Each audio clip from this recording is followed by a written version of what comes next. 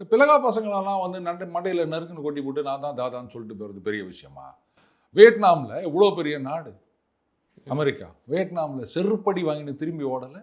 ஆப்கானிஸ்தானில் என்ன பண்ணாங்க? அப்படியே ஆயுதங்களெல்லாம் விட்டு ஓடினாங்களா இல்லையா? அவங்களால ஒன்றும் பண்ண முடியல.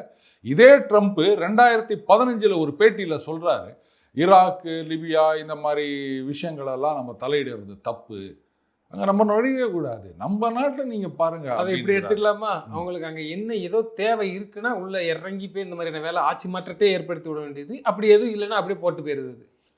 ஆப்கானிஸ்தானில் எண்ணெய் இல்லை, போட்டு போயிட்டாங்க. அதனால எக்கெடுக்கெட்டு போயிட்டாங்க. ரைட்டா? ஈராக்லேயும் வந்து எண்ணெய் இருக்கு. அஃப்கோர்ஸ் அங்கே போயிட்டு என்ன பண்ணாங்க, அவங்களுடைய ப்ரொடக்ஷனை மெனிஃபோல்டு இன்க்ரீஸ் பண்ணாங்க.